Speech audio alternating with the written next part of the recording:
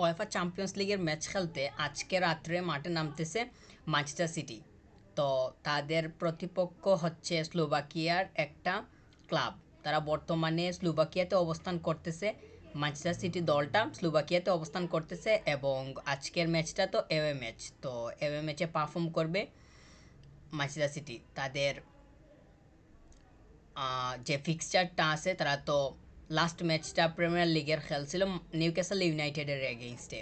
তো নিউক্যাসলের মাঠে খেলাটা ছিল, ওই ম্যাচটা বলা যায় যে একদম হাড্ডাহাড্ডি কিংবা ফাইটিং ফাইটিং একটা ম্যাচ হয়েছিল। নিউক্যাসল কোনোভাবেই তাদেরকে ছাড় দিয়ে কোনো কথা বলেনি, মানে একদম শুরুর মিনিট থেকে শেষ পর্যন্ত চেপেই ধরছিল। তাদের প্লেয়ার্সরা যেই ধরনের এনার্জি নিয়ে খেলছিল, ওইটার সামনে যে কোনোভাবে মানে এত বড় কোনো স্কোর করা কোনো কিছুই সম্ভব হয়ে ওঠেনি। তাছাড়া প্রিমিয়ার লিগে যে আমরা খুব বেশি বেশি স্কোর কিংবা অনেক ঘন ঘন লম্বা লম্বা বা বড় বড় স্কোর দেখি, তাও কিন্তু হয়ে ওঠে না। নিউক্যাসলের মাঠে মাত্র একটা স্কোর করছিল ম্যানচেস্টার সিটি, আর একটা হজম করছিল।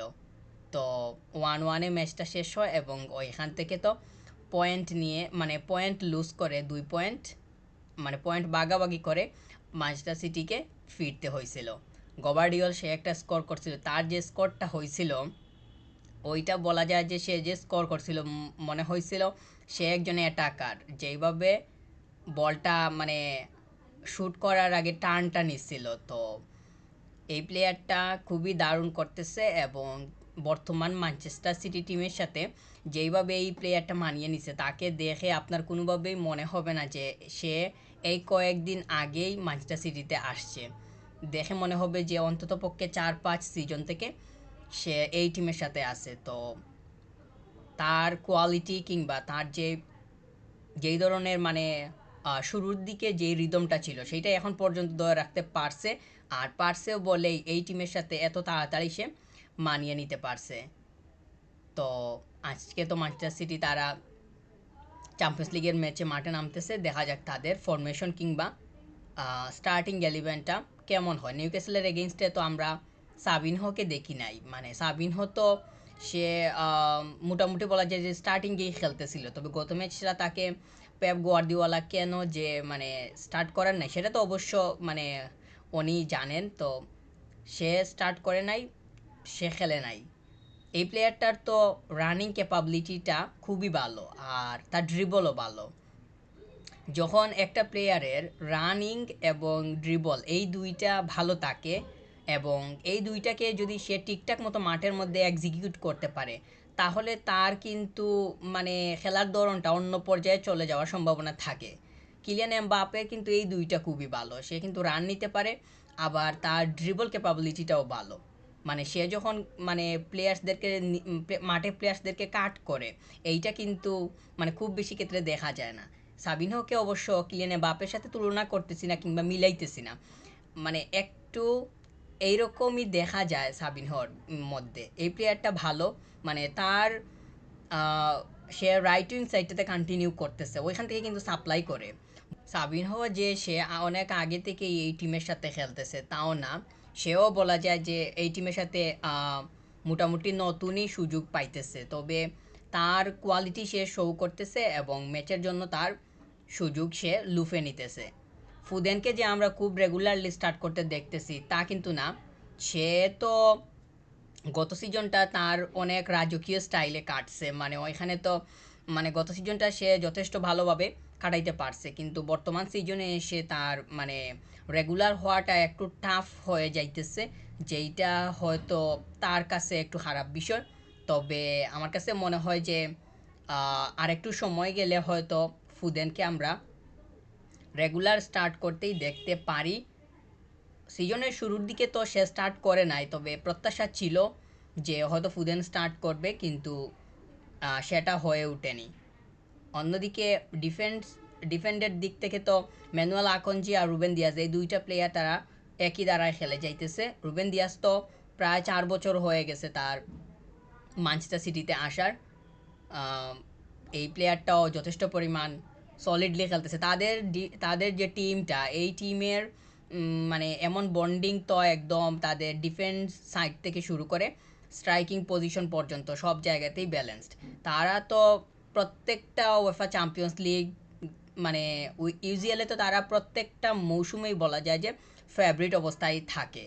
তো এই বিষয়টা অবশ্য প্রেস কনফারেন্সে এই যে মানে আজকে রাতে তো ম্যানচেস্টার সিটি তারা খেলতে নামতেছে, এই ম্যাচের আগে একটা প্রেস কনফারেন্স হয়েছিল, এখানে তো রিপোর্টার তাকে মানে পেপ গুয়ার্দিওলাকে কোয়েশ্চেন করছিল। ওইখানে তিনি বলছেন যে মানে তা মানে ম্যানচেস্টার সিটি তারা ফেভারিট হিসাবেই থাকে। তো আরও অনেক কথাই বলছেন, এটাও ছিল। তো বর্তমান তাদের যে টিমটা, টিম বিল্ড আপটা যেই টিমের সাথে আসতেছে, এই যে লেউইস, সে তো বলা যায় যে এই সিজনে খেলতেছে, তাছাড়া সাবিনিও, এই প্লেয়ারগুলো তো আসার পরেই মানে টিমের সাথে আসার পরেই তারা মানে মাঠের মধ্যে কম্পিটিটিভ সময়ে তারা তো নিজেদেরকে মানিয়ে নিছে কিংবা ঠিকঠাক মতোই প্রেজেন্ট করতে পারতেছে। তো এইটা হইতেছে ম্যানচেস্টার সিটি এর অনেক বড় একটা দিক। মানে যে কোনো প্লেয়ারকে যখন নিয়ে আসা হয় কিংবা পেপ গুয়ার্দিওলা যখন কোনো প্লেয়ারকে প্রতিযোগিতাপূর্ণ মিনিটে প্রেফার করেন, তখন দেখা যায় যে ওই প্লেয়ারটা টিমের সাথে খুব ভালোভাবেই মানিয়ে নিতে পারতেছে, তেমন কোনো সমস্যা হইতেছে না। এইটা হইতেছে ম্যানচেস্টার সিটি এর অনেকগুলা বৈশিষ্ট্যের মধ্যে একটা। কুবাসিসকে আমরা লাস্ট ম্যাচে খুব বেশি পরিশ্রম করতে দেখছি। অবশ্য পরিশ্রম করতেই হবে, কারণ রদ্রি, কেভিন ডি ব্রুইনে এই দুইটা নাই, যেই দুইটা বলা যায় যে ম্যানচেস্টার সিটি এর ইঞ্জিন, এই ইঞ্জিনই নাই, তাহলে তো কুবাসিসকে মানে কষ্ট করতেই হবে। মাঝখানটা বলা যায় যে সে অনেক বেশি পরিমাণ তার হার্ডওয়ার্ক করে সে হোল্ড করতে চাইছিল নিউক্যাসলের এগেনস্টে, কিন্তু সে যে খুব ভালোভাবেই পারছে সেইটা বলতে পারতেছি না। নিউক্যাসল তারা ম্যানচেস্টার সিটিকে যে ওইভাবে তাদের মাঠে দাঁড়াইতে দিছে সেইটা হয়ে ওঠেনি। তারা কিন্তু খুব বেশি প্রেসিং করে খেলছিল, তাদের কাউন্টারগুলোও ভালো ছিল। তারা মানে মোট কথা হইতেছে লাস্ট ম্যাচে সিটি তারা ধরা খাইছে। তো আজকের ম্যাচটাতে কি হয় সেটাই দেখার বিষয়। যদিও আজকের ম্যাচটা এওয়ে ম্যাচ, মানে ওয়েফা চ্যাম্পিয়ন্স লিগের ম্যাচ, এখানে তো কাউকে কোনো লেভেল করে কিংবা একটু বড় ছোট ওই রকম করে দেখার ওইভাবে কোনো সুযোগ নাই। তবে যে কোনো কিছুও ঘটতে পারে, এইটাও মাথায় রাখা দরকার। তো যেহেতু এওয়ে ম্যাচ, ম্যানচেস্টার সিটি তারা কি করতে পারে কিংবা কি করে সেটা হচ্ছে একটা বিষয়। আরও বড় বিষয় হইতেছে যে তাদের ফরমেশনটা কেমন হইতেছে বা তারা কেমন প্লেয়ার্সদেরকে স্টার্টিংয়ে প্রেফার করতেছে। পেপ গুয়ার্দিওলা দেখা যাইতে পারে যে বার্নার্ডো সিলভাকেও সাব অফ করে মানে বেঞ্চে রেখে দিয়েছেন, এরকমটাও হইতে পারে। ওনার উপরে তো কোনো ধরনের কোনো মানে নিশ্চয়তা নেই এখন এই মুহূর্তে এখানে বসে কোনো কিছু বলা। পৃথিবীর যত অসম্ভব কাজ আছে তার মধ্যে একটা, কঠিন কাজ আছে তার মধ্যে একটা, মানে কাকে স্টার্টিংয়ে দেওয়া হবে এইটা পেপ গুয়ার্দিওলা ছাড়া কারোরই পক্ষে বলা কোনোভাবেই সম্ভব না। ডকুকে আমরা লাস্ট ম্যাচটা মানে স্টার্ট করতে দেখি না, গ্রিলিশ স্টার্ট করছিল। তো গ্রিলিশ সে যথেষ্ট পরিমাণ সময় পাইছিল খেলার। মানে গবার্ডিওল যে স্কোরটা করছিল ওই স্কোরের অ্যাসিস্টটা আসছিল হচ্ছে গ্রিলিশের কাছ থেকে। অবশ্য গ্রিলিশের এখানে ক্রেডিট দিতে হয়, সে কিন্তু ড্রিবল করে ভেতরে ঢুকছে এবং ওইখান থেকে বলটা সাপ্লাই করে। গবার্ডিওল ওইখানে জায়গা মতো ছিল, একটা টার্ন নিয়ে তারপর কিক করে এবং সেখান থেকে গোল পায়। তো গ্রিলিশ কিন্তু ভালো করছে গত ম্যাচটাতে, গোলে অবদান আছে। তো সে আজকে স্টার্ট করে কিনা সেটাই হইতেছে এখন দেখার বিষয়। আমার কাছে মনে হইতেছে যে স্টার্ট না করারই সম্ভাবনা বেশি থাকবে। অবশ্য এইভাবে মানে বলাটা যাবে না যে না করার সম্ভাবনা বেশি। ডকুকেও তো মানে দেখা যায় স্টার্টিংয়ে। আর এই দুইজনের মধ্যে আমার কাছে মনে হয় যে ডকুই বেশি মানে পজিটিভলি খেলতেছে এই সিজনে।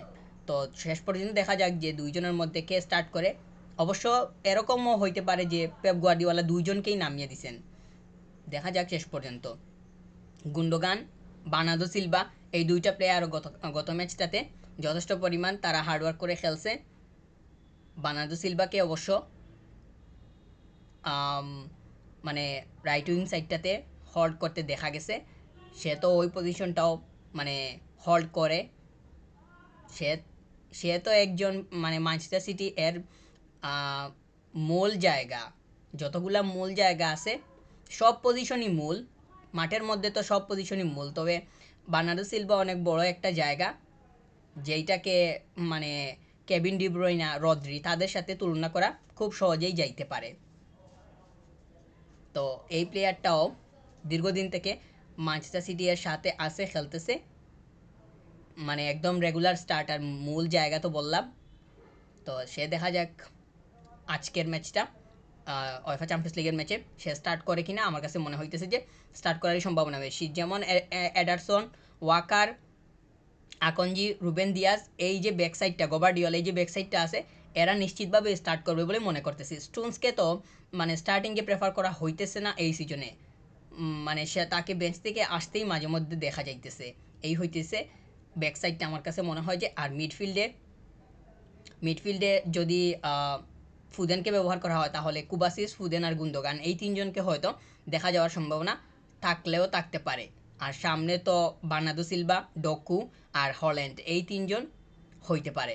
মানে গ্রিলিশকে প্রেফার করতেছি না, কারণ হচ্ছে বললাম এই সিজনে আমার কাছে মনে হইতেছে যে ডকুই বেশি সলিডলি খেলতেছে গ্রিলিশের তুলনায়।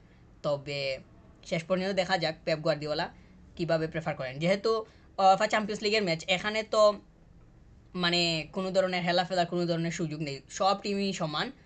কে কাকে কখন গোল দিয়ে দেয় কিংবা পয়েন্ট ছিনিয়ে নেয় সেইটা বলার মানে আগে কোনো সম্ভাবনাই নাই। তো শেষ পর্যন্ত দেখা যাক ম্যানচেস্টার সিটি তারা তারা অবশ্যই ফেভারিট। মানে তাদের যেই স্কোয়াডটা আছে কিংবা টিমটা আছে, বিশেষ করে টিমের যে বন্ডিংটা আছে, এই ধরনের বন্ডিং কয়টা টিমের মধ্যে আছে সেইটাই একটা হচ্ছে প্রশ্ন। আর তারা মাঠের মধ্যে যেই রকম কাজ করে দলগত অবস্থায়, একটা দল মিলে একটা টিম হিসেবে যেই কাজটা করে, ওই ধরনের কাজ খুব বেশি টিমকে যে করতে দেখা যায় সেইটাও হয় না। তো এই এই যে পয়েন্টগুলো আছে এইগুলাই তাদেরকে মানে ফেভারিট বানাতে অনেক বেশি হেল্প করতেছে। তো শেষ পর্যন্ত দেখা যাক তারা মানে স্লোভাকিয়ার একটা ক্লাব, তাদের এগেইনস্টে আজকে ওয়েফা চ্যাম্পিয়ন্স লিগের অ্যাওয়ে ম্যাচে কী করতে পারে।